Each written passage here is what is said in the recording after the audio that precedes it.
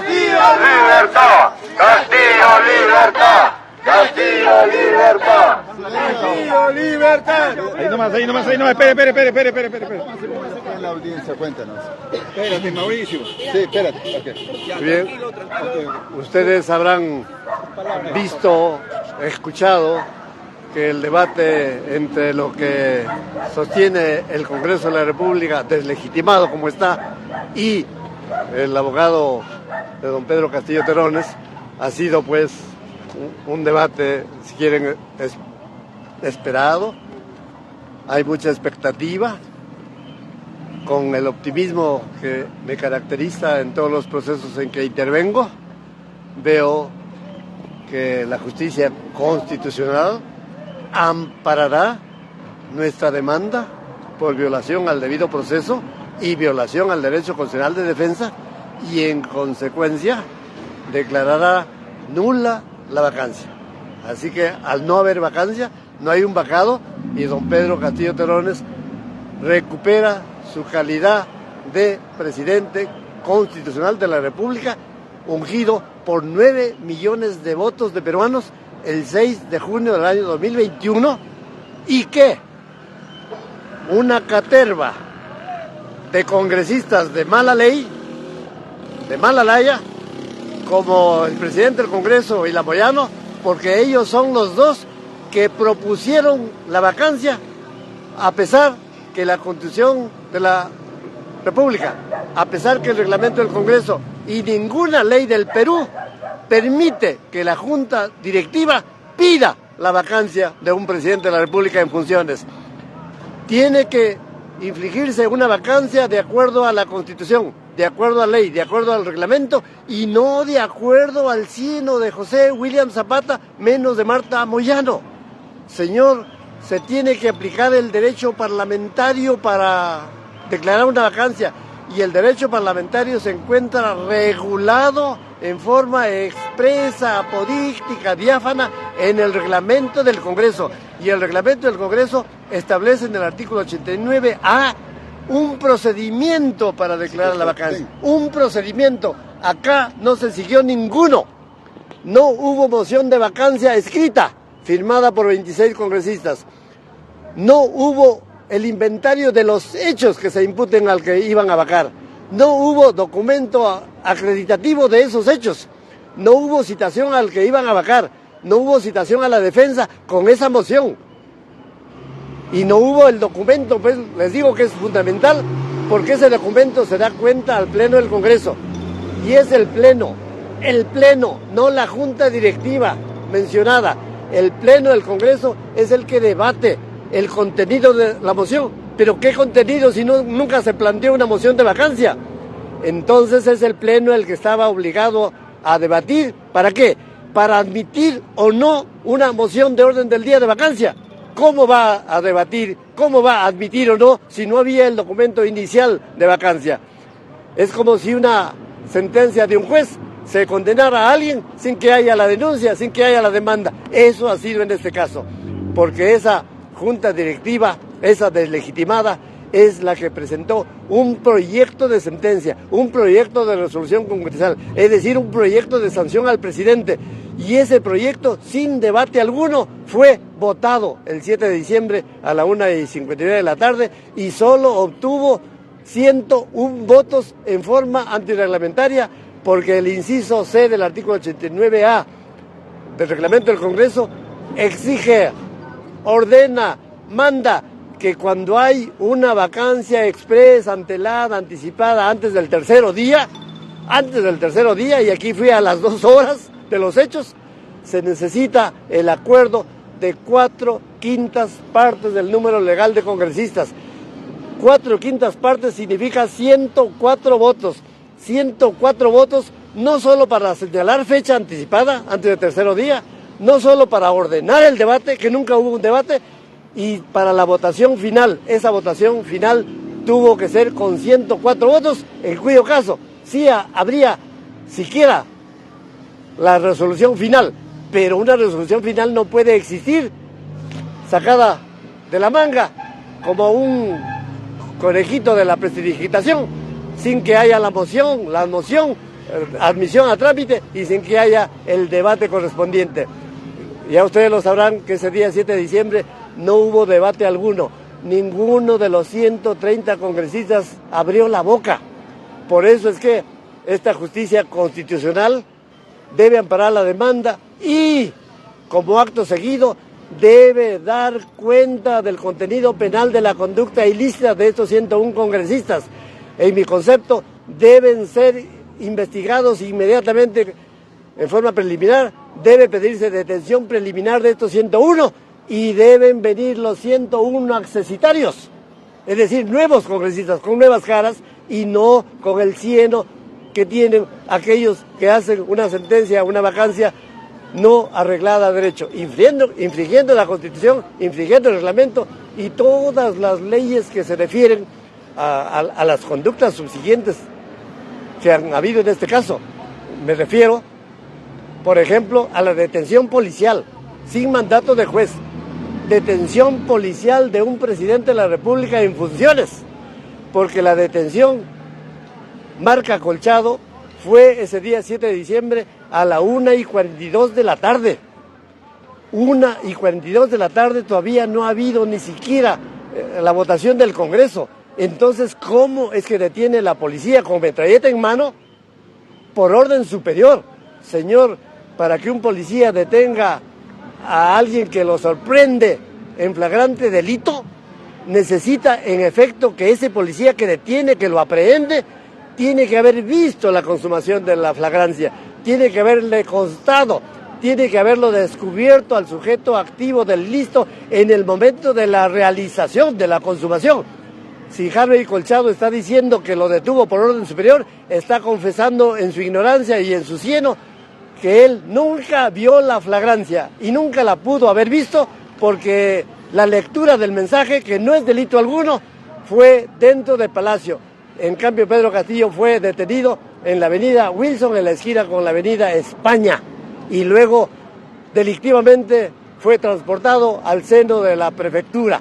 De allí vino todo el subsequence de la farsa, farsa que significa haber puesto al detenido a disposición de la Fiscalía de la Nación, farsa que significa haber hecho firmar al detenido en presencia de un abogado, farsa significa que un abogado que no entiende el campo penal en donde se encontraba le hizo firmar al detenido, y farsa haber utilizado esa papeleta de detención justamente para pedir detención preliminar judicial que se pidió ese mismo día en horas de la noche, y al siguiente día el juez de investigación preparatoria, Juan Carlos Sheckler Soria, declaró la detención preliminar judicial de 7 días en forma totalmente delictiva, en forma totalmente prevaricadora, por cuanto no se puede dictar detención preliminar judicial por un delito no consumado.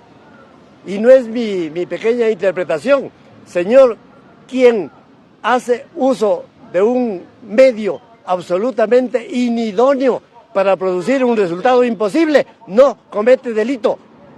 Se encuentra esto establecido en el artículo 17 del Código Penal. Eso es lo que se llama delito imposible. Yo no lo puedo matar al periodista que aquí me está mirando con hacerle así. Ese es un medio absolutamente inidóneo para matarlo. Será medio absolutamente idóneo para romperle un pedacito de oreja.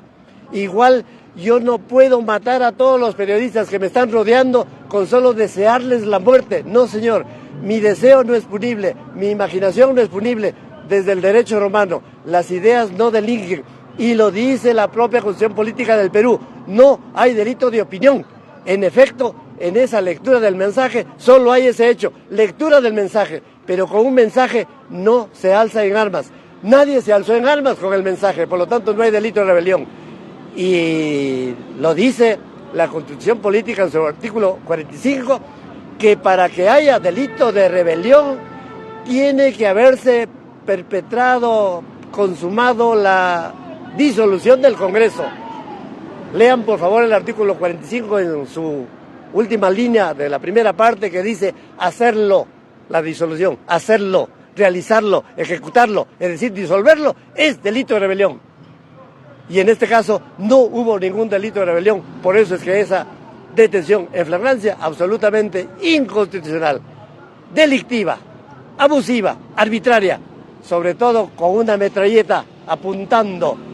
Y las metralletas que yo puedo ver no son pues para acariciarme la nariz, la oreja, sino una gatilladita de la metralleta, y mataban a Pedro Castillo, mataban a su señora, mataban a sus dos hijas que estaban dentro y mataban a Aníbal Torres Vázquez. Gracias. Doctor, ¿cómo se encuentra el Clamor popular? ¿Cómo se encuentra el presidente en estos momentos? Muy bien. Inclusive exigimos a la sala que le concediera el uso de la palabra. Pero ustedes, los que lo hayan visto, el señor presidente de la sala es demasiado rígido. Parece que estaba muy urgido de almorzar. No le concedió el uso de la palabra al demandante. Ojo, al demandante. Siendo él el demandante y siendo él el afectado por la violación del debido proceso y siendo él el afectado o agraviado por haberle negado el principio constitucional de defensa, él se encontraba moral y legalmente en la aptitud, en la capacidad, en la facultad de hacer uso de la palabra ante los jueces. Parece que para estos jueces solo vale la fotografía y no vale el dicho de una persona que se encuentra presente. Por eso es que hemos pedido por escrito que esta audiencia debería ser presencial y no la corruptela de la virtualidad. Desgraciadamente, la corruptela de la virtualidad significa que no sea una audiencia de carácter público. Es decir, estos mismos magistrados violan la Constitución política al ser audiencias virtuales, porque la Constitución, la Carta Magna, Carta Política, en su artículo 139, inciso 4, dice que los procesos judiciales que se refieren a violación de derechos fundamentales, como este caso, son siempre públicos, Sin embargo, esta sala se está acogiendo a una ínfima resolución administrativa que la da el Consejo Ejecutivo del Poder Judicial y que la dio en mayo del 2023, en donde dice, señores jueces, ustedes pueden realizar audiencia presencial o virtual. Es decir, le da la discreción de que puedan ellos hacer audiencia virtual, pero eso está violentando a la Constitución, que la Constitución, lo repito, dice, en asuntos de violación de derechos fundamentales, los juicios son siempre públicos y jamás virtuales, pero los jueces ya veces se basan en una resolución administrativa que está violentando un precepto constitucional. Eso no debió darse. Por eso es que lo pedí por escrito, que la audiencia sea presencial. Pero ese escrito, por obra de estos señores magistrados, ni siquiera ha sido proveído. Y si yo habría hecho algún reclamo, alguna protesta por no haber proveído un pedido escrito, entonces quizá me habría malquistado con estos jueces, que les gusta la humillación, que les gusta vejar a los abogados. Ojalá estos señores jueces alguna vez se fueran a las cortes penales inglesas y constatarían que un juez penal inglés se encuentra a una miríada de kilómetros de distancia de un juez de estos peruanos. Vayan, señores jueces, a ver la audiencia pública en una corte londinense. Esos son señores jueces imparciales, autónomos, neutrales. A esos hay que sacarle el sombrero. Desgraciadamente nos faltan muchos lustros para llegar a tener fiscales y jueces y policías con la savia de aquella gente circunspecta, ponderada, que reniega de la justicia con su actitud, con sus conductas, las que ustedes han constatado. Gracias. Doctor, ¿a qué hora va a ser el veredicto sobre esta audiencia que ha habido hoy día? ¿A qué hora estamos? Estamos ansiosos los peruanos de conocer. Mire, ¿A qué hora saldría? ¿Hoy día o mañana? Mire, el Código Procesal Constitucional, en su artículo 12, faculta a los jueces que han escuchado a las partes en una audiencia resolver el caso, sentenciar el caso, aún desde ahora, en tal forma que ellos tienen la potestad legal de dictar sentencia ahora mismo. Pero si no lo hacen, porque ellos tienen muchos casos en curso, entonces este mismo Código Procesal Constitucional, que es realista, dice que si no lo pueden hacer el día de hoy, tienen solo 10 días hábiles para dictar sentencia. Ese es un mandato legal. Y como ustedes ven, los jueces se apegan a estas reglas, se apegan a estas normas legales. Del mismo modo, el Congreso de la República debió respetar todas las reglas que constituyen el procedimiento para infligir una vacancia. No respetaron ninguna, salvo una. ¿Saben cuál? Dijeron que lo están vacando en aplicación del artículo 89A, inciso D del reglamento del Congreso. Hay que decirle a estos señores que integran la caterva del Congreso, antes del inciso D existe el inciso C, existe el inciso B y existe el inciso A. Todos ellos establecen el procedimiento, por lo tanto no se puede aplicar solo el inciso que se refiere a la sentencia final, a la sanción, porque para que haya sanción tiene que haber moción de orden del día, tiene que haber admisión a debate, tiene que haber 4/5 para acordar una fecha anticipada, 4/5 que ordena el debate y 4/5 que ordena la votación inmediata y final. Nada de eso hubo. Por eso es que es violación del debido proceso haber funcionado en forma delictiva. Delictiva porque ellos buscaban asaltar el poder conforme lo han conseguido. Y gravemente que en lugar de que haya moción de orden del día, firmada por 26 congresistas, con una decena o decenas de páginas fundamentadas, solo hubo un proyecto de resolución de sanción, solo hubo una propuesta de la directiva, es decir, una propuesta de José William Zapata, una propuesta de Marta Moyano, propuesta que yo no sé quién la escribió, pero propuesta que ya declaraba la vacancia y que votaron en forma diminuta, 101 votos, debiendo ser 104. Fíjense, ¿por qué es que es 101 o 104 u 87? ¿Porque lo dice Guillermo Olivera Díaz? No, porque esos guarismos se encuentran establecidos en el reglamento del Congreso. Por lo tanto, si yo aplico ese inciso D del artículo 89A, estoy obligado a aplicar todos los otros artículos que se refieren al procedimiento integral. Además, no solo tengo que aplicar el reglamento del Congreso, tengo que aplicar el artículo 113, inciso 2 de la Constitución Política, que me faculta vacar al presidente por incapacidad moral permanente declarada por el Congreso. Y el Congreso declara una sanción de acuerdo al reglamento que le ordena la Constitución Política. Y aquí censuraron en el reglamento, censuraron en la Constitución, no obstante la Constitución les dice, aplican el reglamento, ellos no lo aplicaron porque tenían ansia de poder, tenían seguramente ansia de manejar el presupuesto nacional del Perú, como lo están haciendo, para pagar a la prensa, ustedes saben ese concepto llamado publicidad. Doctor, muchas gracias. Gracias, doctor. La sección de independencia, doctor, de la sección de la independencia, están resolviendo sobre la forma, pueden resolver sobre la forma y no el fondo, doctor. Sí, en efecto, esa es la trastada del Congreso. Castillo, quieren que la sala declare la improcedencia para que así no vayan al pronunciamiento de fondo. Eso es lo que busca el Congreso. Por eso, jugada y marca doble. Porque plantean litispendencia para que sea la demanda improcedente y también plantean sustracción de la materia para que la juzgada sea improcedente y también plantean sustracción de la materia porque dizque la justicia constitucional, esta de la sala, tercera sala, no debe interferir en la justicia penal. Señores, en un habeas corpus, ¿acaso no es que se anulan los procesos penales cuando se ha violado el derecho a la libertad de cualquiera? Del mismo modo, cuando se declara fundada una cuestión de amparo, la justicia constitucional sí puede incursionar en toda la vía penal que viene como la que hay contra Pedro Castillo. Gracias. Uno de los magistrados mencionó sobre que si resolviéramos a favor de esta demanda, haría un caos social. ¿Qué opina al respecto? No, ningún caos, porque caos ha generado más bien la asunción de Dina Boluarte. Ningún caos, porque recupera él su titularidad de presidente constitucional de la República, se anulan los procesos penales, sale en libertad y asume él su mandato presidencial. Ningún caos, al contrario, todo este clímax de violencia que vive el Perú se terminaría si sale Pedro Castillo a Palacio de Gobierno.